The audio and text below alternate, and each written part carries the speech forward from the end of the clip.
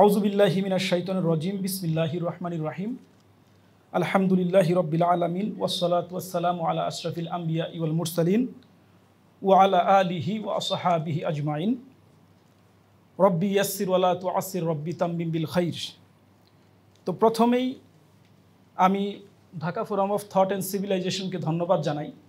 আমাদের দেশে একদম অনালোচিত, এক অর্থে বলতে গেলে অপরিচিত একটি টপিক নিয়ে এত সুন্দর একটি আলোচনার সভার আয়োজন করার জন্য। একই সাথে আমি ডিএফটিসি সম্পর্কে কয়েকটি কথা বলতে চাই। ডিএফটিসি বা Dhaka forum of thought and civilization বা এই ধরনের প্রতিষ্ঠানগুলো আমাদের দেশে এক অর্থে বলতে গেলে নাই বললেই চলে। এটা আমাদের জন্য অনেক বড় একটি দুর্ভাগ্য। তো আমি আশা করি ডিএফটিসির মধ্য দিয়ে আমাদের বাংলাদেশে যেই সিভিলাইজেশনের ধারণা, যেই চিন্তার ধারণা, এটা নতুনভাবে আলোচনায় রূপ লাভ করবে এবং এর মধ্য দিয়ে আমাদের মধ্যে সভ্যতার ব্যাপারে যেই একটি সচেতনতা সৃষ্টি হওয়া দরকার, এই সচেতনতা সৃষ্টি হবে ইনশাআল্লাহ। এমনকি শুধু তাই নয়, এই ধরনের প্রতিষ্ঠানসমূহ একটি দেশ এবং একটি জাতির অন্টোলজিক্যাল বেইস। কারণ হচ্ছে এই ধরনের প্রতিষ্ঠান না থাকলে আসলে একটি জাতির পক্ষে তার ধারাবাহিকতাকে রক্ষা করা সম্ভব না বা সামনের দিকে এগিয়ে যাওয়া সম্ভব হয় না। এজন্য আমাদের ডিএফটিসি ইনশাআল্লাহ এই যে সেমিনারের সূচনা করেছে, এটা ভবিষ্যতে আরও বহুগুণে বৃদ্ধি হয়ে বাংলাদেশের প্রত্যেকটি প্রান্তরে পৌঁছে যাবে ইনশাআল্লাহ। তো আজকে আমার আলোচনার টপিক হচ্ছে হোয়াট ইজ সিভিলাইজেশন। টপিকটা খুবই ছোট, সভ্যতা কি। আসলে যতটা ছোট, এটা আসলে তত ছোট বিষয় না, কারণ এটা অনেক বড় একটা বিষয়, এর অনেকগুলো ডাইমেনশন আছে। তো আমি সংক্ষিপ্তভাবে এটার নিয়ে আলোচনা করার চেষ্টা করব ইনশাআল্লাহ। তো আমরা যদি প্রথমেই সিভিলাইজেশন শব্দটা কি এটাকে বুঝতে চাই বা ব্যাখ্যা করতে চাই, তাহলে এটাকে আমরা দুই ধরনের দৃষ্টিকোণ থেকে ব্যাখ্যা করতে পারি। প্রথম হচ্ছে এটার যে শব্দ, অর্থাৎ সিভিলাইজেশন, বা আরবি ভাষায় যদি বলি মাদানিয়াত, এই শব্দটাকে ব্যাখ্যা করে আমরা এখান থেকে একটা শব্দ বের করতে পারি। আরেকটা হচ্ছে সভ্যতার যে বহিঃপ্রকাশ, অর্থাৎ আমরা যে আমাদের চতুর্পার্শ্বে একটা সভ্যতার বহিঃপ্রকাশ হিসেবে যে বিষয়গুলো দেখতে পাই, সেগুলাকে দেখে এই সভ্যতা বলতে কি বোঝায় সেটাকে আমরা বুঝতে পারি। এছাড়াও আরও কয়েকটি পন্থা রয়েছে সভ্যতা কি সেটাকে বোঝার জন্য। তো আমি সেই দিকে যাব না, শুধুমাত্র এই দুইটি দৃষ্টিকোণ থেকেই প্রথমত সভ্যতা শব্দটিকে তুলে ধরার বা ব্যাখ্যা করার চেষ্টা করব। তো ইংরেজি ভাষায় যে সিভিলাইজেশন, এই শব্দটা বা এই পরিভাষাটা সর্বপ্রথম যিনি ব্যবহার করেন তিনি হচ্ছেন মারিবু। তিনি ফ্রেঞ্চ একজন দার্শনিক। তার একটা বই আছে, বইটার নাম হচ্ছে লা দা মি জোম উট্রে দা লা পপুলাসিয়ন। এটা ফ্রেঞ্চ ভাষার একটা বই। এই গ্রন্থে তিনি সর্বপ্রথম সিভিলাইজেশন শব্দটা ব্যবহার করেন। এটা তিনি কোন অর্থে ব্যবহার করেন, যদি আমরা ওই বইয়ের, এখানে আমি পুরাটাই কোট করতে চাচ্ছি না যেহেতু আমাদের সময় কম। এই বইয়ে তিনি মূলত তৎকালীন সময়ে ইউরোপের এলিট শ্রেণীর যে জীবনধারা, তারা কিভাবে বারে যেত, তারা কিভাবে ড্রিঙ্কস করত, তারা কিভাবে ড্যান্স করত, অর্থাৎ এটা সাধারণ মানুষের জীবনধারা না, একটা শ্রেণীর জীবনধারাকে বোঝানোর জন্য তিনি এই শব্দটা ব্যবহার করেন সর্বপ্রথম অষ্টাদশ শতাব্দীতে। পরবর্তীতে এটা আস্তে আস্তে, আপনারা জানেন যে প্রত্যেকটা পরিভাষায় তার একটা জন্মকাল আছে, এরপর সেটা একসময় বড় হয়, আবার কোনো কোনো পরিভাষা মৃত্যুবরণ করে, অনেকটা মানুষের জীবনের মতো। তো এই সিভিলাইজেশন নামক পরিভাষাটার আমরা যদি এর উৎপত্তিকাল, এর ক্রমবিকাশ এবং বর্তমান অবস্থার দিকে তাকাই আমরা এরকমই দেখতে পাই। তো প্রথম দিকে এই শব্দটা বা এই পরিভাষাটা ফ্রেঞ্চ এলিট শ্রেণীর জীবনধারা, অর্থাৎ আমি একটু আগে যেই স্থানগুলোর কথা বললাম, এই সকল স্থানে তাদের আসলে বিহেভিয়ার কেমন ছিল সেটাকে বোঝানোর জন্য তারা ব্যবহার করত। কিন্তু পরবর্তীতে এটা আস্তে আস্তে বিস্তৃত হয়ে বিভিন্ন ভাষায় অনুদিত হতে থাকে। তো এখানে যদি আপনারা একটা বিষয় খেয়াল করেন, এখানে দেখবেন যে অষ্টাদশ শতাব্দীর পূর্বে সভ্যতা বলতে বোঝানো যায় বা সভ্যতা বলে আখ্যায়িত করা যায় এমন কোনো জীবনধারা আসলে ইউরোপে ছিল না, যার কারণে ওই পরিভাষাও সেখানে ছিল না। একটা বিষয় সবসময় আমাদের মাথায় রাখতে হবে, সেটা হচ্ছে যে কোনো পরিভাষার অনুপস্থিতি এর অর্থ হচ্ছে ওই জিনিসটা সেখানে নাই। যদি থাকে তাহলে কি হতো, তাহলে সেটা নাম বা পরিভাষা অবশ্যই থাকবে। তার মানে কি, অষ্টাদশ শতাব্দীর পূর্বে ইউরোপে আসলেই কোনো মুনতাজাম বা সুশৃঙ্খল কোনো জীবনধারা ছিল না, যেটাকে জ্ঞানগতভাবে ব্যাখ্যা করা যায় বা জ্ঞানগতভাবে তুলে ধরা যায়। এই জন্য তাদের ওখানে এই ধরনের কোনো শব্দ ছিল না। তো মারিবু মূলত, যেহেতু আপনারা জানেন উসমানী খিলাফত ওই সময়ের, এক অর্থে বলতে গেলে উসমানী খিলাফতের ভিয়েনা 3টে মহাদেশ থেকে শুরু করে ভিয়েনা পর্যন্ত চলে গিয়েছিল। এই দিক থেকে বালকান অঞ্চল থেকে নিয়ে স্পেনের সীমানা পর্যন্ত চলে গিয়েছিল। তো ওই সময়ের যেই মামুর দুনিয়া, অর্থাৎ সভ্য জগৎ বলতে কেবলমাত্র উসমানী খিলাফত অধ্যুষিত বা উসমানীদের শাসিত যে অঞ্চল, সেই অঞ্চলটাই ছিল কি সভ্য অঞ্চল। তো মারিবু মূলত উসমানীদেরকে দেখে এমন একটা সোসাইটি কিভাবে তৈরি হতে পারে বা এটাকে বোঝানোর জন্য তিনি সভ্যতা শব্দটাকে সর্বপ্রথম তাদের লিটারেচারে নিয়ে আসেন। তো আমরা যদি মোটামুটি শব্দের দৃষ্টিকোণ থেকে দেখি বা এই পরিভাষার জার্নি এই দৃষ্টিকোণ থেকে দেখি, এমন একটা বিষয় আমাদের সামনে আসে।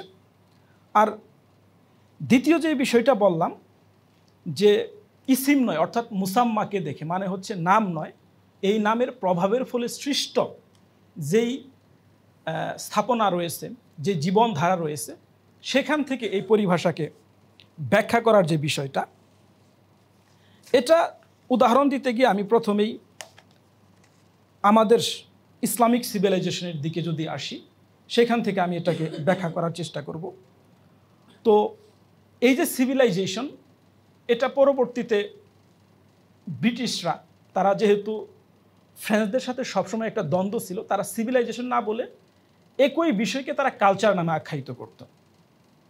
কিন্তু পরবর্তীতে শোষণের নামে যখন কলোনিয়ালিজমের নামে যখন সাম্রাজ্যবাদ শুরু হয়, তখন ইউরোপীয়রা তাদের একটা লক্ষ্য আছে জানেন, মিশন সিভিলিসা ট্রাইস, অর্থাৎ সমগ্র পৃথিবীকে তাদের ভাষায় সভ্য করা। তারা যখন তথাকথিত তাদের দৃষ্টিতে বর্বর অঞ্চলকে সভ্য করার জন্য আসতে থাকে, তখন তারা এই পরিভাষাটাকে আমাদের মধ্যে ছড়িয়ে দিতে শুরু করে। তো আমরাও, যেটা সাধারণত হয়ে থাকে, যেহেতু ইউরোপ থেকে আসছে, সাদা মানুষরা বলছে, তার মানে এটা সঠিক। আবার ফেসবুকে দেখি, ও যেহেতু ইংরেজিতে লিখছে তার মানে নিশ্চয়ই গুরুত্বপূর্ণ, এমন একটা টেন্ডেন্সিও দেখা যায়। তার মানে কি, এটা আগেও ছিল, ও যেহেতু ইউরোপ থেকে আসছে, সাদা মানুষরা বলছে, তার মানে কি নিশ্চয়ই এখানে ভালো কিছু আছে।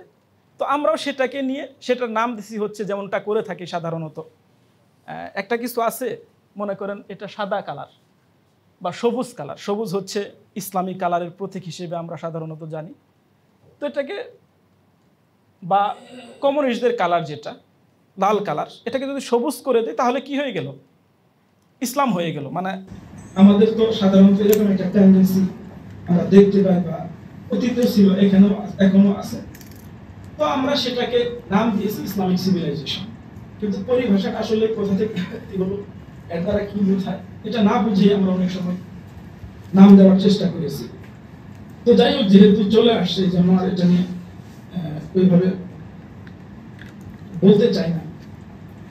কিন্তু এখন একটা প্রশ্ন আমাদের সামনে আসতে পারে যে তাহলে যেহেতু অষ্টাদশ শতাব্দীর পূর্বে এই ধরনের কোনো পরিভাষাই ছিল না সিভিলাইজেশনকে বোঝানোর জন্য, তাহলে আমরা তো আমাদের সভ্যতার কথা বলি 1400 বছরের সভ্যতা, ইসলামী সভ্যতা। তাহলে এটা কি দ্বারা প্রকাশিত হতো, বা ইসলামী দুনিয়ায় বা মুসলিম দুনিয়ায় সভ্যতাকে কোন নামে অভিহিত করা হতো? এখানে যদি আমরা দেখি তাহলে ইসলামী সভ্যতার ক্ষেত্রে ইসলামী সভ্যতাকে বোঝানোর জন্য অনেকগুলা পরিভাষা ব্যবহার হতো। এর মধ্যে অন্যতম হচ্ছে দারুল ইসলাম, এরপর হচ্ছে মাওয়ার্দির একটা বিখ্যাত বই আছে আদাবুদ্দিন ওয়া দুনিয়া, এটা একই সাথে একটা সিভিলাইজেশনাল থিওরি, একটা সভ্যতা কিভাবে প্রতিষ্ঠিত হয় এবং একটা সভ্যতা কিভাবে বিকশিত হয় এর একটা থিওরিটিক্যাল, এক অর্থে বলতে গেলে পূর্ণাঙ্গ প্যাকেজ তিনি সেখানে তুলে ধরেছেন। অর্থাৎ সভ্যতাকে আদাবুদ্দিন ওয়া দুনিয়া নামেও আমাদের আলেমগণ অভিহিত করেছেন। এরপর হচ্ছে আপনারা ফারাবির নাম শুনে থাকবেন, তিনিও সভ্যতাকে মাদানিয়াত বলে আখ্যায়িত করেছেন, যেমন তার ভাস্ট লিটারেচার আছে। তিনি মাদিনাতুল ফাদিলা, সিয়াসতুল মাদানিয়া, এই ধরনের বইয়ের মাধ্যমে তিনি একটা সভ্যতার রাজনীতি কেমন হবে, একটা সভ্যতা কিভাবে প্রতিষ্ঠিত হতে পারে, এই সকল বিষয়গুলোকে তিনি তুলে ধরেছেন। যেমন আমরা যদি তার মাদিনাতুল ফাদিলা এটার দিকে তাকাই, এটাও এক অর্থে বলতে গেলে যে একজন রইসুল আউয়াল বলতে সেখানে তিনি পয়গাম্বরকে বুঝিয়েছেন যে একজন পয়গাম্বরের উপর ভিত্তি করে কিভাবে একটি সভ্যতা গড়ে উঠতে পারে এবং সেই সভ্যতা কিভাবে পরিচালিত হতে পারে। আর এই মাদিনাতুল ফাদিলার মধ্যকার জনগণের ক্ষেত্রেও তিনি শ্রেণীবিন্যাস করেছেন। তার এই গ্রন্থটিও এক কথায় বলতে গেলে একটা শুধুমাত্র থিওরি নয়, সভ্যতার থিওরি নয়, এটা যেটা বললাম যে মানে বাহিরের পারিপার্শ্বিক অবস্থাকে দেখে সভ্যতাকে বোঝার যে বিষয়টা, মাদিনাতুল ফাদিলা হচ্ছে এমন একটা গ্রন্থ। কারণ কি?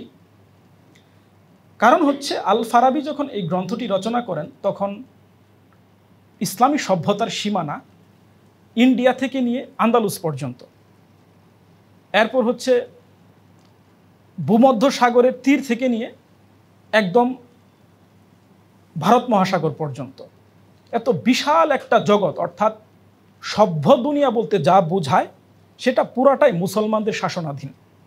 সেই সময়ে তিনি এই গ্রন্থটা রচনা করেন। অর্থাৎ তিনি মৌজুদ, অর্থাৎ সেই সময়ে ছিল এমন একটা সভ্যতাকে ব্যাখ্যা করার জন্য, পাশাপাশি এই সভ্যতাটি আরও কিভাবে বিকশিত হতে পারে, কিভাবে সামনের দিকে এগিয়ে যেতে পারে, এই বিষয়টিকে বোঝানোর জন্য তিনি মাদিনাতুল ফাদিলা নামক এই গ্রন্থটি রচনা করেন। এরপরে আরেকটা পরিভাষা আমাদের ক্ষেত্রে ব্যবহার করা হতো, সেটা হচ্ছে নিজামে আলাম। এটাও সভ্যতার জায়গায় বা সভ্যতাকে বোঝানোর জন্য ব্যবহার করা হতো। এরপর হচ্ছে এগুলার পাশাপাশি যিনি সভ্যতাকে সামগ্রিকভাবে একটি জ্ঞান হিসেবে নিয়ে আসেন, সেটা হচ্ছে ইলমুল ওমরান। এটা নিয়ে আসেন ইবনে খালদুন। এবং আপনারা যারা মুকাদ্দিমা পড়েছেন বা মুকাদ্দিমা সম্পর্কে জানেন, তারা দেখতে পাবেন যে এখানে প্রথম যেই অধ্যায়টা, এটা হচ্ছে ইলমুল উমরান নিয়ে। প্রায় 100 থেকে 150 পৃষ্ঠা তিনি সম্পূর্ণভাবে শুধু উমরান কি, উমরানের বিকাশের ক্ষেত্রে কোন কোন বিষয় গুরুত্বপূর্ণ, একটি উমরানের পতন কিভাবে হয়, এই সকল বিষয় নিয়ে অসাধারণ আলোচনা করেছেন। এবং তিনি এই পুরা উমরানটাকে সাজিয়েছেন কোরআনের আয়াতের উপর ভিত্তি করে। যেমন একটি আয়াত আছে, ওয়াল্লাযী আনশাআকুম মিনাল আরদি ওয়াস্তা'মারাকুম ফিহা, যে তিনি হচ্ছেন তোমাদের সেই রব যিনি তোমাদেরকে মাটি থেকে সৃষ্টি করেছেন এবং তিনি চান তোমরা এই মাটিকে বিনির্মাণ করো। এই যে উমরান বা ইমারত, এখান থেকে তিনি এই উমরান থিওরি তৈরি করেছেন। তো ইসলামী সভ্যতার ব্যবহৃত যেই সকল পরিভাষা সভ্যতাকে বোঝানোর জন্য, অর্থাৎ দারুল ইসলাম, উমরান, মাদিনাতুল ফাদিলা, আদাবুদ্দিন ওয়াদ দুনিয়া, নিজামুল আলাম, এই বিষয়গুলো সাধারণত যেহেতু সেই সময় সভ্যতা প্রতিষ্ঠিত ছিল, সভ্যতা কিন্তু তখন ইউটোপিয়ানা, সভ্যতা তখন প্রতিষ্ঠিত, একটা ফ্যাক্টকে তুলে ধরে এটার বিকাশের জন্য জ্ঞানতাত্ত্বিক দিক থেকে কিভাবে অবদান রাখা যায়, সেটাকে তারা তুলে ধরেছেন এই সকল পরিভাষার মধ্য দিয়ে।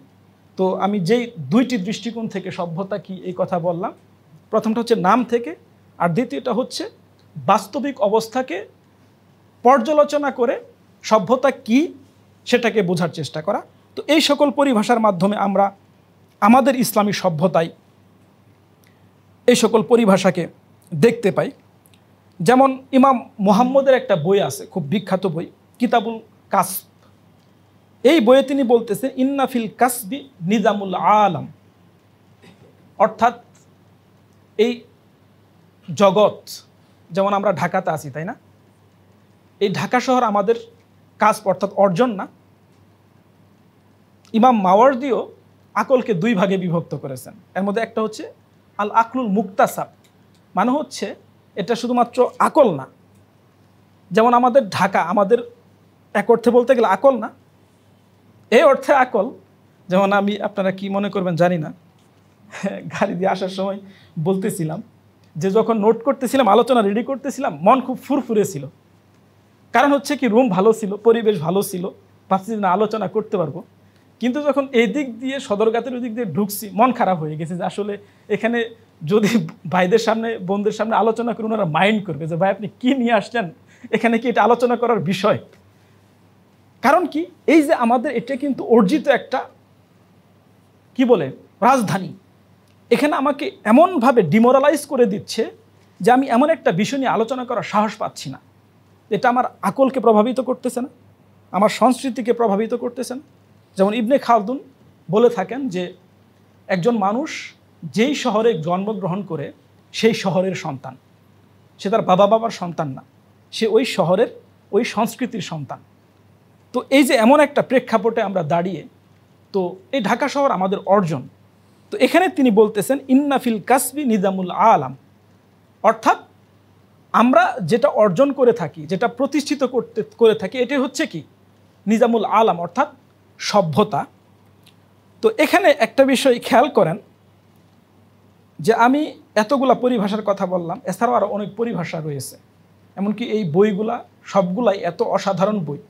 যেমন মাওয়ারদির আদাবুদ্দিন ওয়াদ দুনিয়া, আজ পর্যন্ত সোশ্যাল থিওরির উপর যতগুলা গ্রন্থ রচিত হয়েছে, এর সাথে সেরা গ্রন্থ আর নেই। কিন্তু এরপরেও কিন্তু আমরা এতগুলা পরিভাষা থাকতে এই একটা পরিভাষা ব্যবহার না করে কি ব্যবহার করেছি, হোয়াট ইজ সিভিলাইজেশন। হ্যাঁ, এটা শফিক ভাইয়ের দোষ না বা আমাদেরও দোষ না। কারণ হচ্ছে কি, এটা এতটাই বোধগম্য, এই পরিভাষা ছাড়া যদি বলতাম যে দারুল ইসলাম নিয়ে আলোচনা হবে, আপনারা কেউ আসতেন? কেউ আসতেন না। অথবা উমরান নিয়ে আলোচনা হবে, কেউ আসতেন? কেউ আসতেন না। হয়তো আমরাই আসতাম, এসে গল্প করে আলোচনা করে চা খেয়ে চলে যেতাম। তো এই যে পরিস্থিতি, অথচ এই সিভিলাইজেশন পরিভাষাটি যেই গ্রন্থে আলোচিত হয়েছে, এই গ্রন্থটি আমি যেই সকল গ্রন্থের কথা উল্লেখ করলাম, এই সকল গ্রন্থের পাশে রাখার মতো বই না। কিন্তু আমরা এগুলাকে কি, আমাদের মধ্যে চর্চা না থাকার কারণে, আমাদের মধ্যে আলোচনা না থাকার কারণে আজকে আমরা এই সকল বিষয় সম্পর্কে এতটাই বেখবর, মনে হয় এগুলা কোনোদিনই ছিল না। আপনারা মাঝে মধ্যে বলেন না যে ভাই এমনভাবে হারিয়ে গেছে, মনে হয় উনি কোনোদিনই ছিলেন না। তো এই পরিভাষাগুলো আজকে আমাদের সামনে এমন হয়ে দাঁড়িয়েছে যে মনে হয় কোনোদিনই ছিল না, কিন্তু অবশ্যই ছিল এবং আছে, থাকবে বলে আমি বিশ্বাস করি। তো এখন সভ্যতা কি, এর যদি পারিভাষিক দৃষ্টিকোণ থেকে এটাকে ব্যাখ্যা করি, এটা এই প্রশ্নের উত্তর দিতে গিয়ে ইবনে খালদুন বলতেছেন আল ইনসানু মাদানিয়ুন বিত্তাব, অর্থাৎ মানুষ নেচারগত দিক থেকে সে সভ্য। যেমন প্লেটোর ভাষায় মানুষ কি, জন পলিটিকন, তাই না? মানুষ হচ্ছে কি বাই নেচার পলিটিক্যাল। কিন্তু ইবনে খালদুন কি বলতেছেন, বাই নেচার সিভিলাইজড। এখানে একটা মৌলিক পরিভাষা দাঁড়ায়, সেটা হচ্ছে যে আমাদের অর্থাৎ ইসলামের সমাজের, ইসলামী সভ্যতার মূল বিষয় রাজনীতি না, মূল বিষয় হচ্ছে সভ্যতা প্রতিষ্ঠা করা। কিন্তু তাদের ক্ষেত্রে বা ওয়েস্টের ক্ষেত্রে মূল বিষয় হচ্ছে কি পলিটিক্যাল সেন্ট্রিক সমাজ। যেমন খ্রিস্টান ধর্মের যে মিশনারি কার্যক্রম পরিচালনা করে থাকে, এটার সেকুলার ভার্সন হচ্ছে পলিটিক্যাল স্টেট। আমরা যে এই অতিমাত্রায় এত পলিটিসাইজড হয়ে গিয়েছি, এর অন্যতম কারণ হচ্ছে আমরা ওয়েস্টের পলিটিক্যাল সায়েন্স দ্বারা ব্যাপকভাবে প্রভাবিত। এতে করে আমরা না হতে পারছি ওয়েস্টের মতো, না হতে পারছি আমাদের মতো। যেমন আমাদের বিশ্ববিদ্যালয়গুলোতে ম্যাক্স ওয়েবার পড়ানো হয়, তাই না? সোসিওলজিতে আজ পর্যন্ত একটা ম্যাক্স ওয়েবার তৈরি হয়েছে। অ্যাডাম স্মিথকে পড়ানো হয়, আজ পর্যন্ত একটা অ্যাডাম স্মিথ তৈরি হয়েছে। এরপরে হচ্ছে আমাদের বিশ্ববিদ্যালয়গুলোতে সোসিওলজির লেভি স্ট্রসকে পড়ানো হয়, একজন বড় মাপের তার মতো সোসিওলজিস্ট তৈরি হয়েছে, হয় নাই? পলিটিক্যাল সায়েন্সের ক্ষেত্রে এরকম। তার মানে কি, যতদিন পর্যন্ত আমরা তাদেরকে নকল করে যাচ্ছি ততদিন পর্যন্ত আমাদের পক্ষে কোনো দিন একটা মূল বা মৌলিক চিন্তাবিদ তৈরি করা সম্ভব না। কারণ হচ্ছে কি, আসলটা থাকতে নকল কি কোনোদিন তৈরি হবে? কখনোই তৈরি হবে না।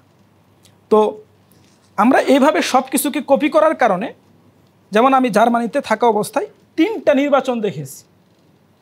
3টা নির্বাচনের সময় কোন দিক দিয়ে শুধু নিউজে দেখছি যে নির্বাচন হয়েছে, কে কত পার্সেন্ট ভোট পেলো, কে সরকার গঠন করলো, কিন্তু না দেখছি একটা পোস্টার, না দেখছি একটা সমাবেশ, না দেখছি একটা মিছিল। কিন্তু বাংলাদেশে একটা বিশ্ববিদ্যালয়ের ছাত্র সংসদ নির্বাচন করতে গিয়ে মনে হয় দেশে ভূমিকম্প হয়ে গিয়েছে। তো কে পলিটিক্যাল হলো, অথচ তাদের ওখানে পলিটিক্স ওইভাবে নাই। যেখানে হওয়ার কথা ছিল আল ইনসানু মাদানিয়ুন বিত্তব, সেটা হয়ে গেছে জন পলিটিকন। আর যাদের হওয়ার কথা ছিল জন পলিটিকন, তারা হয়ে গিয়েছে কি আল ইনসানু মাদানিয়ুন বিত্তব, তারা বাই নেচার সভ্য হয়ে গিয়েছে। তো এখানে এই যে আল ইনসানু মাদানিয়ুন বিত্তব, অর্থাৎ মানুষ মূলগতভাবে সে হচ্ছে কি সভ্য। তো এই জন্য ইবনে খালদুন সভ্যতাকে 2 ভাগে বিভক্ত করেছেন।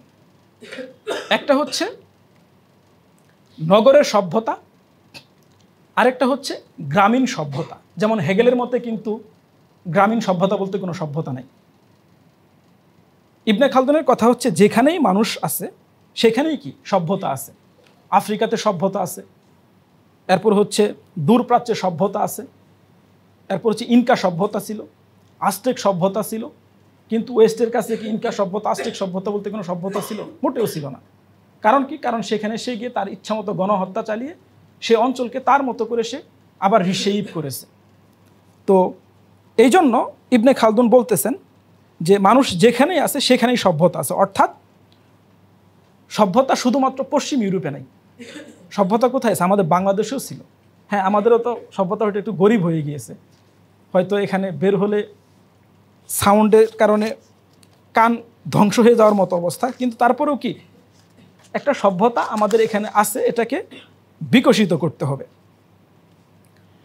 তো এখানে এটাকে আরও অনেক দীর্ঘায়িত করা যায় ইসলামী ও পাশ্চাত্য সভ্যতার তুলনা করতে গেলে। এখানে আমি তুলনার দিকে যাচ্ছি না, যেহেতু এমনিতেই দেরি হয়ে গিয়েছে, আবার সময় কম।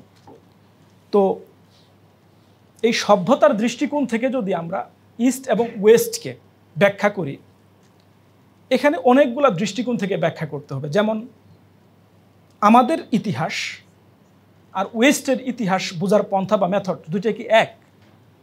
মোটেও এক না। কারণ হচ্ছে ওয়েস্টের ইতিহাস, তাদের ইতিহাসে নবীদের কোনো জায়গা নেই। কিন্তু দুঃখজনক হলো সত্য, আমাদের এখানে যেই প্রভাবশালী ইতিহাসের ধারা, সেখানে নবীদের ইতিহাস এতটাই প্রাধান্য পেয়েছে, রাজাদের কোনো স্থান নাই। পৃথিবীতে তো অনেক রাজা বাদশা ছিল, তাই না? তাদের ইতিহাস কিন্তু পড়ানো হয় না। তো এই 2 দৃষ্টিকোণ থেকেই ইতিহাসের যে নতুন মেথোডোলজি, এটা মূলত দাঁড় করেছেন ইবনে খালদুন তার মুকাদ্দিমার মধ্য দিয়েই। এরপরে যদি আমরা থিওরির দৃষ্টিকোণ থেকে দেখি, যেমন পাশ্চাত্যের দৃষ্টিতে মানুষ কি, সে মানুষকে কিভাবে দেখে, এরপর হচ্ছে সে প্রকৃতির সাথে তার সম্পর্ক কি, আবার আমাদের সাথে তার প্রকৃতির সম্পর্ক কি। যেমন আমি একটা উদাহরণ দিই, যেটা আমাদের ন্যাচারাল সায়েন্সকে শেপ করেছে। আপনারা ফ্রান্সিস বেকনের নাম শুনছেন, তাই না? তার মধ্য দিয়ে মূলত এনলাইটেনমেন্টের সূচনা হয়। তার একটা বই আছে, দ্য আটলান্টিস। এই বইয়ে তিনি বলতেছেন প্রকৃতির সাথে আমার সম্পর্ক হচ্ছে আমি এই প্রকৃতির উপর যত বেশি দখলদারিত্ব, যত বেশি অত্যাচার চালাতে পারবো, সে তত বেশি আমার সামনে উন্মুক্ত হবে। অর্থাৎ আমি প্রকৃতিকে তখনই বিজয়ী করতে পারবো যখন আমি প্রকৃতির উপর অ্যাবসলিউট কর্তৃত্বকে প্রতিষ্ঠা করতে পারবো। তো এর দ্বারা কি আসছে? এর দ্বারা যে সে যেই ফিজিক্স তৈরি করছে, সেই ফিজিক্স আজকে প্রকৃতির সাথে এমন একটা সম্পর্ক নিয়ে এসেছে, আজকে এই প্রকৃতি বসবাসের অযোগ্য, আজকের বিশ্ব মানুষকে বহন করতে পারতেছে না। কিন্তু যদি ইসলামের দৃষ্টিকোণ থেকে প্রকৃতির সাথে আমাদের সম্পর্ক কি? আমরা মানুষ হিসেবে আল্লাহর আয়াত, তাই না, নিদর্শন। আবার এই মহাবিশ্ব কি? আল্লাহর আয়াত, নিদর্শন। যেমন ইসলামে কোরআনকে বলা হয় কিতাবে মাস্তুর, অর্থাৎ লিখিত কিতাব। আরেকটা হচ্ছে কিতাবে মানজুর, অর্থাৎ যেটাকে আমরা দৃশ্যমান জগৎ বলে আখ্যায়িত করে থাকি। তো দুইটাই আল্লাহর কিতাব। তো এটার সাথে আমাদের সম্পর্ক হচ্ছে আমানতের সম্পর্ক, মহাব্বতের সম্পর্ক।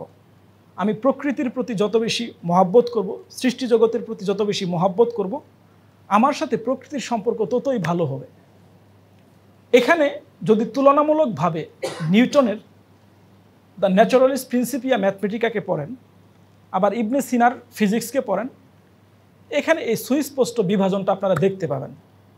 ইবনে সিনার ফিজিক্স তৈরি হয়েছে প্রকৃতির সাথে আমাদের আমানতের সম্পর্কের উপর ভিত্তি করে, আর নিউটনের ফিজিক্স সেটা তৈরি হয়েছে প্রকৃতির উপর আমি কিভাবে আরও বেশি করে কর্তৃত্ব প্রতিষ্ঠা করতে পারবো সেটার উপর ভিত্তি করে। তো এই যে নেচারের সাথে আমার সম্পর্ক কেমন হবে, এটাও কি? এটাও আমার নোশনের সাথে জড়িত, আমার চিন্তার সাথে জড়িত। এরপর হচ্ছে যেমন হকের ব্যাপারে তার ধারণা কি। যেমন মনে করেন বুশ যখন ইরাকে আক্রমণ করে, তখন সে কি বলেছিল? যে ইরাকে তেলের উপর আমার অধিকার আছে। এখন আমি যদি এখান থেকে দাঁড়িয়ে বলি যে আলাস্কার তেলের উপর আমার অধিকার আছে, আপনারা সবাই হাসবেন না? হাসবেন না? যে কি থেকে আসছে, বাংলাদেশের তেলই তুলতে পারে না, আবার নাকি আলাস্কা থেকে তেল নিয়ে আসবে। সে তো ওখান থেকে এত দূর থেকে যদি এই কথা বলতে পারে, আমি কেন বলতে পারতেছি না? কারণ হচ্ছে কি, হকের ব্যাপারে তার ধারণা হচ্ছে সে মনে করে যে আমার শক্তি আছে, আর আমার যদি শক্তি থাকে আমি কি করতে পারবো? আমার শক্তি যত দূর পর্যন্ত যাবে তত দূর পর্যন্ত শোষণ করার, শাসন করার অধিকার আমার আছে। এটাও সভ্যতাকে গঠনের ক্ষেত্রে গুরুত্বপূর্ণ ভূমিকা পালন করে। যেমন আমরা ইকোনমিক্সে পড়ি ফ্রি মার্কেট। পৃথিবীতে ফ্রি মার্কেট বলতে কিছু আছে? ডেমোক্রেসি বলতে কিছু আছে? কিচ্ছু নাই। এগুলো অ্যাডাম স্মিথ বা তাদের তৈরি করা থিওরি, এই সবগুলোই হচ্ছে ওয়েস্টের স্বার্থকে রক্ষা করার জন্য। এখানে আসলে ওই অর্থে ফ্রি মার্কেট বলতে কিছু নাই, প্রতিযোগিতামূলক মার্কেট বলতে কিছু নাই। এটা কি? এটা তার ধারণার উপর ভিত্তি করে, বা তার যেখানে স্বার্থ রক্ষিত হবে, সে কিভাবে তার নিজের দেশকে অন্যের সম্পদ লুণ্ঠন করে সমৃদ্ধশালী করবে, এই জন্য সে এইভাবে তার জ্ঞানকে তৈরি করেছে। কিন্তু আমাদের ক্ষেত্রে এটা কখনো পসিবল? যেমন আজকে যদি এখানে বলা হয়, মনে করেন আমাদের অনেক শক্তি সামর্থ্য হয়েছে, আমরা বলবো যে আমরা মায়ানমার দখল করে এদের সব সম্পদ লুণ্ঠন করে আনবো, আমাদের জাতীয় বিবেক এটা কখনোই মেনে নিবে? প্রতিবাদ করবে। কিন্তু তাদের ওখানে এটা প্রতিবাদ করার কেউ নাই। যেমন একজন বড় উস্তাদের কাছে শুনেছিলাম, তিনি বলেছিলেন যে আমি জার্মানিতে একটা মিটিংয়ে অংশ নিই। এই মিটিংয়ে অংশ নিয়ে এখানে সব বড় বড় চিন্তাবিদরা, বড় বড় বিজ্ঞানীরা ছিল। তো এর আগে তিনি বলতেছেন যে আমি যখন জার্মানিতে আসি, এদের কাজ দেখে, কাজের ব্যাপারে প্যাশন দেখে, এমনকি আপনারা জানেন যে জার্মানদের ধর্ম হচ্ছে কাজ, প্রত্যেকটা কাজে নিখুঁত তাদের। খুবই মুগ্ধ হয়ে গিয়েছিলাম তাদের প্রতি, যে ইস কত না ভালো একটা জাতি এরা। কিন্তু যখন ওই মিটিংয়ে গেলাম, সেখানে প্রায় 400 বিজ্ঞানী ছিলেন। সেখানে আপনারা ফলসওয়াগন নামে একটা বিখ্যাত গাড়ির কোম্পানি আছে, হয়তো আপনারা জানেন, নাম শুনছেন। এই গাড়ির কোম্পানির সিইও সেখানে একটা প্রেজেন্টেশন দেয় যে ইরাকে কোন জায়গায় তেল আছে, কুয়েতে কোন জায়গায় তেল আছে, এটা দ্বিতীয় বিশ্বযুদ্ধের পরে। আমরা কিভাবে এটা, কে কতটুকু অংশ নিতে পারি। তিনি বলতেছেন ওখানে উপস্থিত একজন বিজ্ঞানী বা তথাকথিত একজন ইন্টেলেকচুয়াল ব্যক্তি দাঁড়ায় বলে নাই যে ইরাকের তেলের উপর আমাদের কি অধিকার আছে। আজকে যদি তারা আমাদের বার্লিনের উপরে কর্তৃত্ব প্রতিষ্ঠা করতে চায়, আমরা এটা মেনে নিব? এই যে দেখেন, কারণ হচ্ছে কি, তাদেরকে এইভাবে গড়ে তোলা হয়েছে। তারা বিশ্বাস করে কি, আমার যেহেতু শক্তি আছে, আমার ক্ষমতা আছে, আমি শ্রেষ্ঠ, পৃথিবীর সকল কিছুকে ভোগ করার অধিকার আমার আছে। তো এটা হচ্ছে হকের ব্যাপারে তাদের ধারণা। আবার ফিতরাতের ব্যাপারে তাদের ধারণা ভিন্ন। তো এটা অনেক ডিটেইলস একটা আলোচনা, আমি সেই দিকে যাচ্ছি না।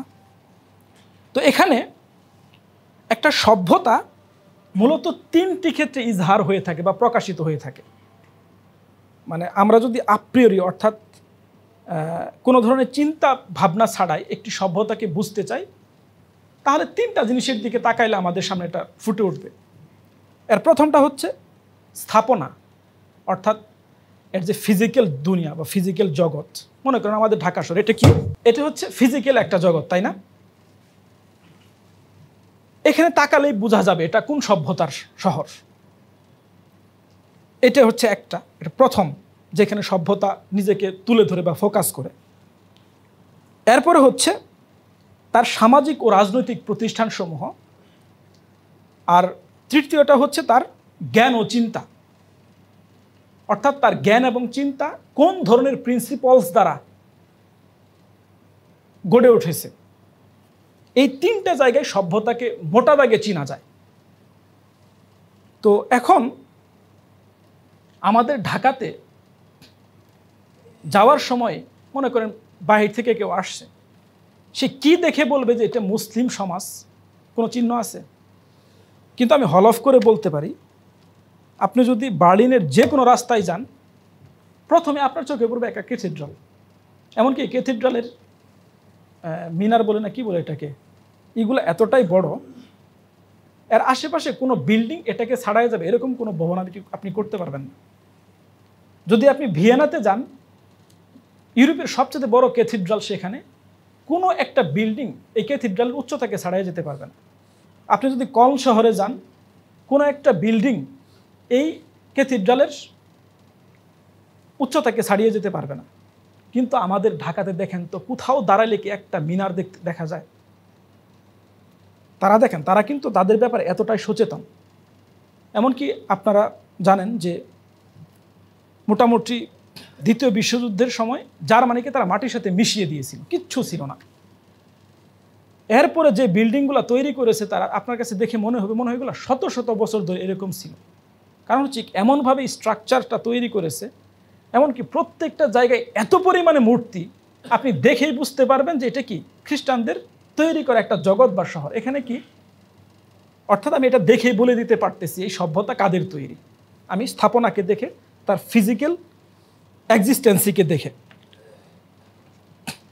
আর দ্বিতীয়টা হচ্ছে সামাজিক ও রাজনৈতিক প্রতিষ্ঠানসমূহ তার কেমন, যেমন তার সিভিল সোসাইটি কিসের আলোকে মুভ করে, তার রাজনীতি কোন ধরনের প্রিন্সিপালসের আলোকে মুভ করে, এখানেও কি সভ্যতার একটা স্থাপ আছে। আবার জ্ঞান ও চিন্তায়। তো যেহেতু এটা Dhaka forum of thought and সিভিলাইজেশনের প্রোগ্রাম, আমি শুধুমাত্র প্রথমটা নিয়ে একটু আলোচনা করব, কারণ আমার কাছে এটা গুরুত্বপূর্ণ মনে হয়েছে এবং আমি মনে করি ডিএফটিসি এই ক্ষেত্রে এই যেই সেমিনারের সূচনা করেছে এর মধ্য দিয়ে এই ক্ষেত্রে ইনশাল্লাহ ভূমিকা পালন করতে পারবে। আর স্থাপনা এটা মূলত একটা স্থানের আখলাকি ব্যবস্থাপনা, অর্থাৎ এই স্থানটাকে আমি কেমনভাবে ব্যবহার করব, এটার ব্যবস্থাপনা মূলত কিসের মাধ্যমে ফুটে ওঠে? তার স্থাপনার মধ্য দিয়ে। এখানে কি কেউ আছেন নাকি আর্কিটেকচারে পড়েন বা আর্কিটেক্ট কেউ আছেন নাকি? আচ্ছা, একজন আছে। আশা করি আপনারা হয়তো ভবিষ্যতে পড়বেন বা এই ব্যাপারে পড়াশোনা করবেন। তো এখানে আমি নিজেও আর্কিটেক্ট না, কিন্তু যেহেতু সভ্যতা নিয়ে কথা বলি বা আমাদের সভ্যতা বিনির্মাণের স্বপ্ন আছে, এই জন্য একজন আর্কিটেকচারের মতোই আমি এই আর্কিটেকচারের যে চিন্তা এবং চেতনাকে ধারণ করার চেষ্টা করি।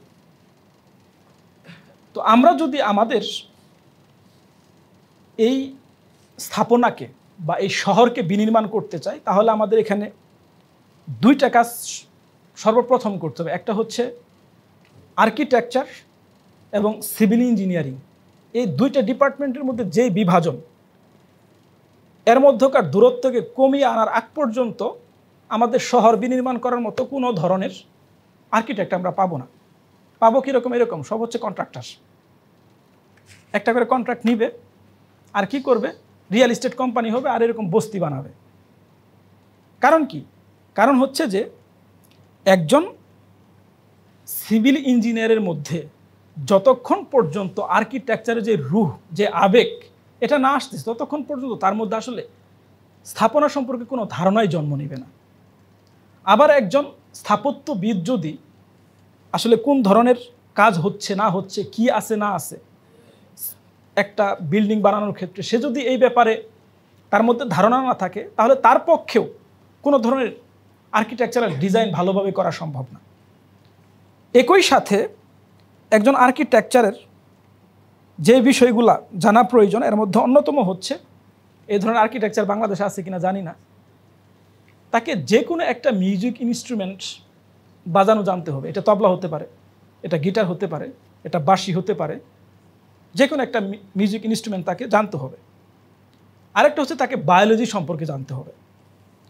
এরপরে হচ্ছে তাকে ন্যাচারাল সায়েন্স এবং অ্যাস্ট্রোনমির যে মৌলিক জ্ঞান, এই জ্ঞান সম্পর্কেও তার ধারণা থাকতে হবে। আরেকটা বিষয় এর সাথে যুক্ত করতে হবে, সেটা হচ্ছে মৌলিক যে সাহিত্য। কারণ কি? কারণ হচ্ছে মিউজিক তাকে যে বিষয়টা দিবে তার মধ্যে যে রুহি জগতের একটা ব্যালেন্স, এটা সে কিভাবে প্রকৃতির সাথে মিলিয়ে তৈরি করতে পারে, এই চিন্তাটা তার মধ্যে তৈরি করবে। এরপরে সে মানুষ সম্পর্কে যখন জানবে, যেমন মনে করেন আজকে আমাদের বিল্ডিংগুলা, এখানে কি রোদ আসে নাকি? এই বিল্ডিংয়ে আমার মনে হয় না আসে, কারণ ঢাকা শহরে আমি এই চিন্তাও দেখি নাই যে বিল্ডিংয়ে রোদ পেতে হবে, এই ধরনের কোনো চিন্তাও নাই। তো সে মানুষের রুহ জগতে যখন মানে সে দিনের আলো দেখতে না পায়, সবসময় যদি অন্ধকার জগতে বসে থেকে, তার পক্ষে কি সুস্থ থাকা সম্ভব? কোনো দিন সম্ভব না।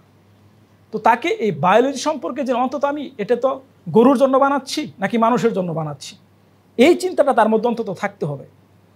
আরেকটা হচ্ছে কি, তাকে ন্যাচারাল সায়েন্স এবং অ্যাস্ট্রোনমির যে বিষয়গুলো, এটা জানলে অন্তত এই বিশ্ব সৃষ্টির, অর্থাৎ বিশ্বের যে সৃষ্টিকর্তা, এর সাথে একটা সম্পর্ক রেখে সে একটা, এবং এর রহস্য কি, সে ওই অনুযায়ী বিভিন্ন বিষয় বানানোর চেষ্টা করবে। যেমন মনে করেন আমাদের মসজিদের গম্বুজগুলা, এটা আকাশের সাথে তুলনা করে ওই অনুযায়ী শেপ নেওয়া হয়েছে না?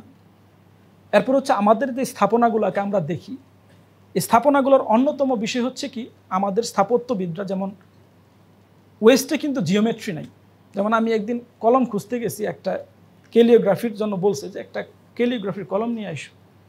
তো আমি খুঁজতে খুঁজতে অস্থির, পরে একজনকে ফোন দিছি, বলছে তুমি কি জানো না নাকি? আমি বলছি কেন? বলতেছে জানো না, ইউরোপে নাই, ক্যালিওগ্রাফি নাই, এবং কি ইউরোপে কোনো জিওমেট্রিক প্যাটার্নও নাই, এটা শুধুমাত্র মুসলমানদের মধ্যে আছে। কারণ হচ্ছে কি? কারণ হচ্ছে মুসলমানরা ইলাহি যেই আয়াত এই পৃথিবীতে আল্লাহ রাব্বুল আলামিন তৈরি করে দিয়েছেন, এটাকে রিড করার জন্য জিওমেট্রিকে তৈরি করেছে। তো এটা যদি না থাকে, জিওমেট্রি ছাড়া কি একজন স্থাপত্যবিদ হওয়া সম্ভব? আমার মনে হয় না কখনো সম্ভব।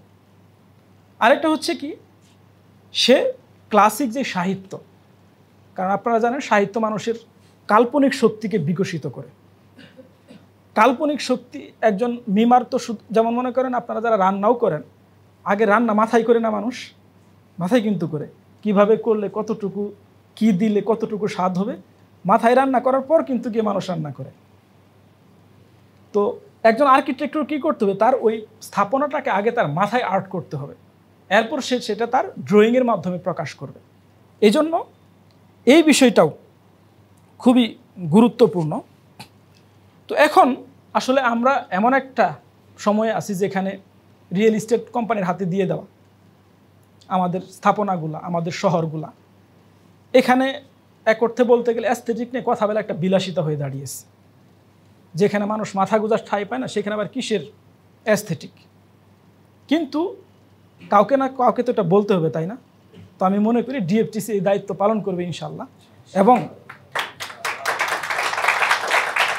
একটা শহরে কিভাবে অ্যাস্থেটিক এবং নান্দনিকতাকে যুক্ত করা যায়, এটা ওই শহরের মানুষকে এই ক্ষেত্রে সচেতন হতে হবে। কারণ হচ্ছে কি, মানুষ যদি সচেতন না হয় তাহলে কোনো দিন সেখানে নান্দনিকতার বিকাশ হওয়া অসম্ভব ব্যাপার। যেমন আপনারা এভারেস্ট দেখেন, তাই না? এভারেস্ট সর্বোচ্চ চূড়া বা পাহাড়, এর আশেপাশে যদি ছোট ছোট পাহাড়গুলো না থাকে, এভারেস্টের পক্ষে কি দাঁড়িয়ে থাকা সম্ভব? একইভাবে আমরা যদি মধ্য এশিয়ার যেই স্থাপনাগুলো এগুলোর দিকে তাকাই, উত্তর আফ্রিকার স্থাপনাগুলোর দিকে তাকাই, আমাদের ভারতের তাজমহল, শীষমহল সহ অন্যান্য যেই স্থাপনাগুলো আছে, ইস্তাম্বুলের স্থাপনার দিকে তাকাই, এটাকে আপনারা মনে করেন এটা শুধুমাত্র কয়েকজন স্থাপত্যবিদের কারণে এত অসাধারণ স্থাপনার তৈরি হয়েছে? প্রশ্নই আসে না। মূলত এই স্থাপনাগুলা ওই সময়ের মানুষের অ্যাভারেজের যে গুণাবলী, এটার সর্বোচ্চ স্ট্যান্ডার্ড কাদের মাধ্যমে প্রকাশিত হয়েছে? কোথাও সেলিমের মাধ্যমে প্রকাশিত হয়েছে, কোথাও তাজমহলের মাধ্যমে প্রকাশিত হয়েছে, কোথাও আল হামরা কমপ্লেক্সের মাধ্যমে প্রকাশিত হয়েছে। এটা কি? এটা মানুষের অ্যাভারেজকে ওই পর্যায়ে নিয়ে গিয়েছে। তো এই বিষয়টা কি আমাদের মানুষের মধ্যে এই চিন্তাটা, এই নোশনটা গ্রো করা ছাড়া কি সে কখনো এর প্রয়োজন বোধ করবে?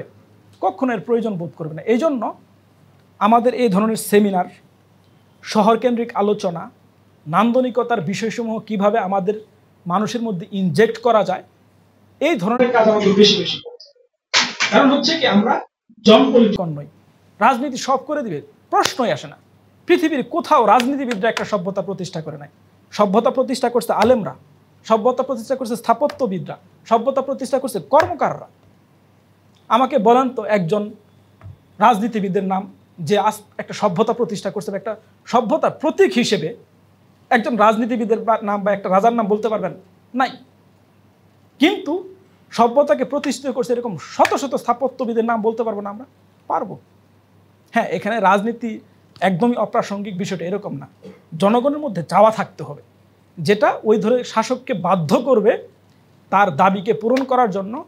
যেমন মনে করেন আজকের ঢাকার মানুষ যদি জেগে ওঠে যে কি এই রিয়েল এস্টেট কোম্পানি, রাজুক বা এই ধরনের যেগুলা শহরকে ধ্বংস করছে, এদের সকলের লাইসেন্সকে বাতিল করে সরকারকে দায়িত্ব নিতে হবে কি শহরকে ঠিক করার জন্য। সরকার অবশ্যই উদ্যোগ নিতে বাধ্য হবে না? অবশ্যই বাধ্য হবে। তো আপনারা হয়তো বলবেন যে ভাই, আমরা তো স্থাপত্যবিদও না, সিভিল ইঞ্জিনিয়ারও না, আমাদের এইসব নিয়ে কাজ কি? মনে করেন আপনারা সবাই গান শুনেন না? এখানে এখানে মিউজিশিয়ান কয়জন আছেন? আছেন নাকি কেউ মিউজিশিয়ান? এখানে মোটামুটি যেমন জুলাই অভ্যুত্থানের সময় কবি নজরুলের কবিতা দিয়ে, গান দিয়ে অভ্যুত্থান হয়েছে, তাই না? সবাই মোটামুটি কবি নজরুলের কবিতার একটা বা দুইটা হলেও পারেন। এখানে কবি কয়জন আছেন যারা কবিতা লেখেন? তো এখানে কবি না হয়েও যদি কবিতা শুনতে পারেন, গায়ক না হয়েও যদি গান শুনতে পারেন, তাহলে আমি যেখানে বসবাস করতেছি, যেটা প্রতিনিয়ত আমার মন মানসিকতাকে ঠিক থাকবে না ভালো থাকবে, এটার জন্য রোল প্লে করতেছে, সেটা নিয়ে আমার কাজ করা, কথা বলার একটা আবশ্যিক দায়িত্বের মধ্যে পড়ে না? যেমন মনে করেন এই যে বৃষ্টি, এই বৃষ্টিতে মানে কাদা না খেয়ে, মানে কাদা লাগা তো কাদা তো লাগেই, মানে কাদা তো মোটামুটি খাওয়া হয়। এখানে কাদা না খেয়ে কয়জন বাসায় যেতে পারবেন? তো আমি যাতে কাদা খেতে না হয়, এই জন্য আমার অধিকার আমাকে আদায় করে নিতে হবে। তো এই জন্য যদি আমরা আমাদের সমাজের যে মান, অর্থাৎ স্থানের ব্যাপারে তার যে চেতনা, এটাকে গ্রো করতে না পারি,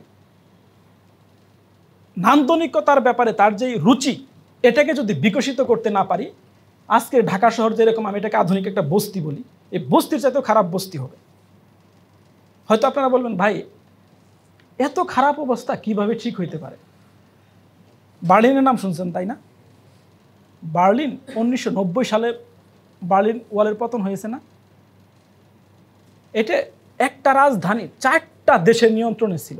একটা অংশ ছিল ইংল্যান্ডের নিয়ন্ত্রণে, একটা অংশ ছিল রাশিয়ার নিয়ন্ত্রণে, একটা অংশ ছিল আমেরিকার নিয়ন্ত্রণে, আরেকটা অংশ ছিল ফ্রান্সের নিয়ন্ত্রণে। আপনারা কি মনে করেন যে এটাতে কিভাবে যাতায়াত করতো তারা? জানেন কেউ? পাসপোর্ট দিয়ে যাওয়া লাগতো। আপনি যদি ফ্রান্সদের অধ্যুষিত বার্লিনে বসবাস করেন, আপনি জার্মান অধ্যুষিত বার্লিনে যাওয়ার জন্য আপনাকে পাসপোর্ট লাগতো। আর আজকে শ্যাঙ্গেন ভিসার মাধ্যমে সারা ইউরোপ আপনি কি করতে পারতেছেন? ভিসা ফ্রিভাবে যেতে পারতেছেন। যেমন বার্লিন ওয়ালের দূরত্ব হবে এখান থেকে এমনকি বিশাল বিশাল একটা ওয়াল, ওইরকম সিম্বলিক কোনো কিছু না। এখান থেকে ওই পর্যন্ত ফাঁকা, এরপর আবার এত বড় একটা ওয়াল। এমনও হয়েছে ওয়াল করছে, মনে করেন এটা বাড়ি না, এর মাঝখান দিয়ে ওয়াল চলে গেছে, ভাঙছে, ভাঙে আর মাঝখান দিয়ে ওয়াল করছে। তো এই বার্লিনে এখন যদি যান, আপনার কাছে কোনো দিন মনে হবে না এই শহর এরকম ছিল। আজকে বার্লিন পৃথিবীর অন্যতম সেরা একটা শহর। এমনকি ওখানে যাওয়ার পর আপনার কাছে একবারের জন্য মনে হবে না যে আমি এই শহর ছেড়ে যাই। তো এমন একটা জায়গা যদি আজকের এই অবস্থায় আসতে পারে, আমাদের ঢাকা শহর ভালো আছে না? আজকে আমাদের ইচ্ছার প্রয়োজন। এই জন্য তারাও মানুষ, আমরাও মানুষ। শুধুমাত্র আমাদেরকে যেটা করতে হবে, আমরা যে মানুষ এই বিশ্বাসটা আমাদের মধ্যে রাখতে হবে। আমাদের দ্বারা যে কোনো একটা কিছু করা সম্ভব, এটা যদি আমরা বিশ্বাস করতে পারি, তাহলে আমি মনে করি অবশ্যই ইনশাল্লাহ এই ঢাকা একদিন একটা বসবাসযোগ্য নগরীতে পরিণত হবে। এরপরে হচ্ছে যে এটা হয়তো অনেকেই ভাবতেছেন যে ফর্মাল এডুকেশনের মাধ্যমে হয়তো এটা পসিবল। জীবনেও পসিবল না। ফর্মাল এডুকেশন দিয়ে আজ পর্যন্ত বড় পরিবর্তন পৃথিবীর কোথাও আসে নাই। যেমন ধরেন রাশিয়া, সোভিয়েত রাশিয়ার পতনের আগ পর্যন্ত সোভিয়েত রাশিয়ার ফর্মাল এডুকেশন কি ছিল? কমিউনিজম ছিল, তাই না? সেটার হলো কি শিক্ষা ব্যবস্থা ছিল। তাহলে এই সোভিয়েত রাশিয়ার পতন কে ঘটালো? অবশ্যই এর বাহির থেকে একটা শক্তি ঘটিয়েছে। অথবা যদি ধরেন এই উপমহাদেশে 200 বছর ব্রিটিশ শোষণ করেছে, তাই না? এই 200 বছরের ব্রিটিশ শোষণের জাতাকলে থাকা অবস্থায় আমাদের ঢাকা বিশ্ববিদ্যালয় তাদের তৈরি করা, আমাদের শিক্ষা প্রতিষ্ঠান, আমাদের শিক্ষা ব্যবস্থা তাদের তৈরি করা। তাহলে কোথা থেকে এক ব্যক্তি বের হয়ে বলো বীর, বলো উন্নত মমশির, শির নেহারি আমারই নত শির? কে বললো এই কথা? সে কি ফর্মাল কোনো এডুকেশন পাইছে? এমনকি সে কি বলল? মহাবিদ্রোহীর ক্লান্ত, আমি সেই দিন হব শান্ত, যবে উৎপীড়িতের ক্রন্দন রোল, আকাশে বাতাসে ধ্বনিবে না, অত্যাচারীর খড়গ কৃপান, ভীম রণভূমে রণিবে না, চিরবিদ্রোহী রণক্লান্ত, আমি সেই দিন হব শান্ত। এখানে ফর্মাল এডুকেশনের কোনো জায়গা আছে?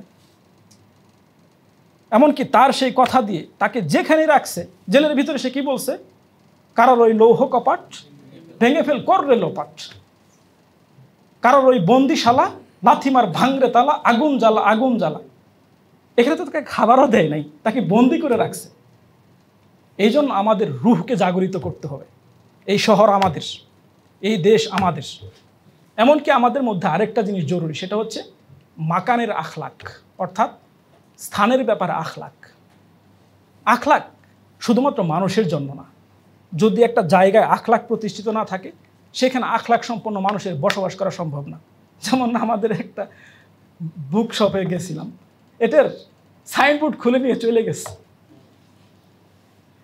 এটা নাকি গার্ড খুঁজে পেয়েছে, সে এখন তাদের কাছে দাবি করতেছে 1000 টাকা দিলে সাইনবোর্ড ফেরত দিবে। মানে এটা কোনো কথা?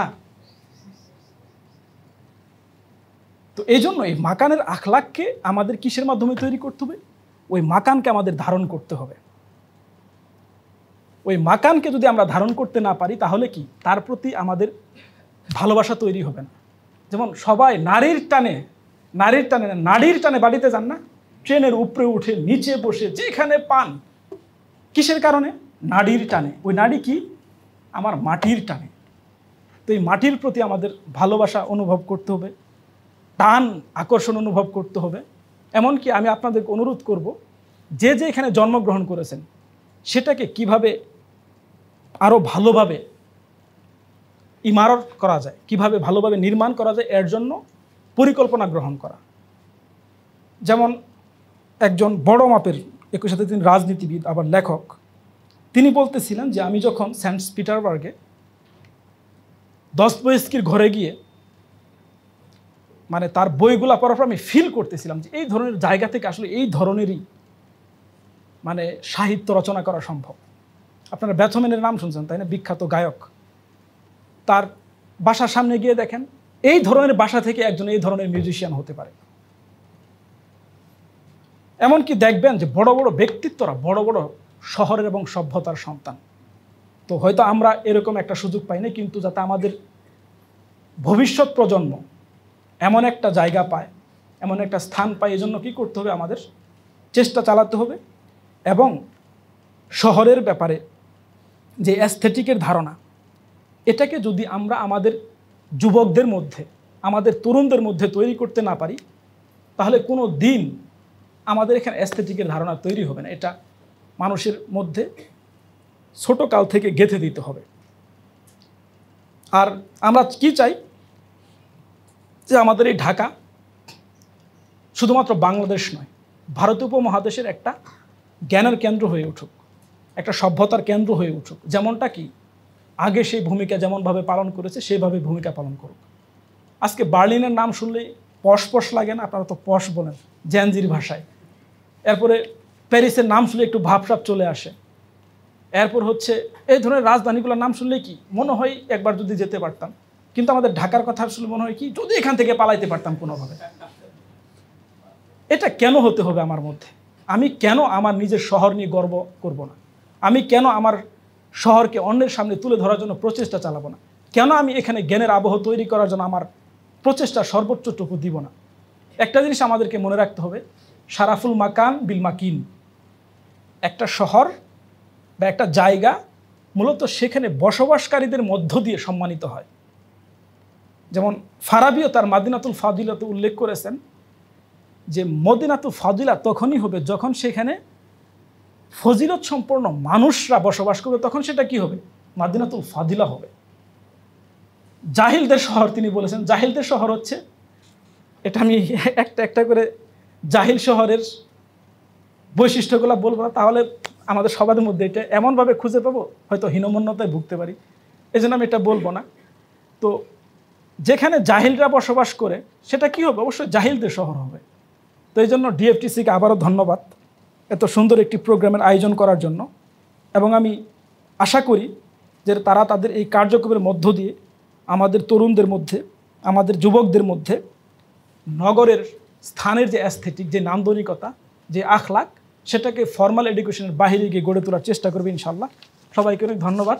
আসসালামু আলাইকুম।